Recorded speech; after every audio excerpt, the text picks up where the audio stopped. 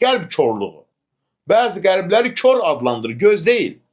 La ilahe illallah. Qəlb də kör olur deyir. Nə deyir Allah Həcc surəsi 46-cı ayədə? Çünki gözlər kör olmaz, lakin sinələrdəki qəlblər kör olar. La ilahe. İnsanın gözü görür, hər şey görür, amma qəlb kördür. Heç bir öyüd nəsihətdən ibrət ala bilmir, qəlb kördür. Yəni əsl və ən təhlükəli körlük dini baxımdan qəlbin körlüğüdür.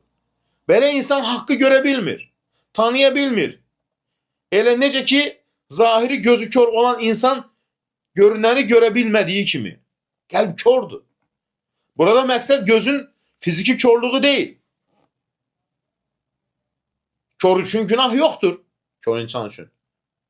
Burada mənəvi körlükdən söhbət gedir. Subhanallah. La ilahe illallah. Yəni ayədə deyilən körlük qəlbin mənəvi körlüğüdür. Yəni insanın haqqa baxış qabiliyyətini itirməsi, həqiqəti görməməsi. Hətta bəzən zahiri gözü kör olan bir mömin iman nuru ilə haqqı görür. Amma qəlbi kör olan biri gözləri açıq olsa da həqiqətə ən kör insandır. Bu qədər səmaları, Allahın yaratdığı ayələri, bu heç nəyi görə bilmir. Qəlbi kördür. Günahlarına görə qəlbi xarab olub.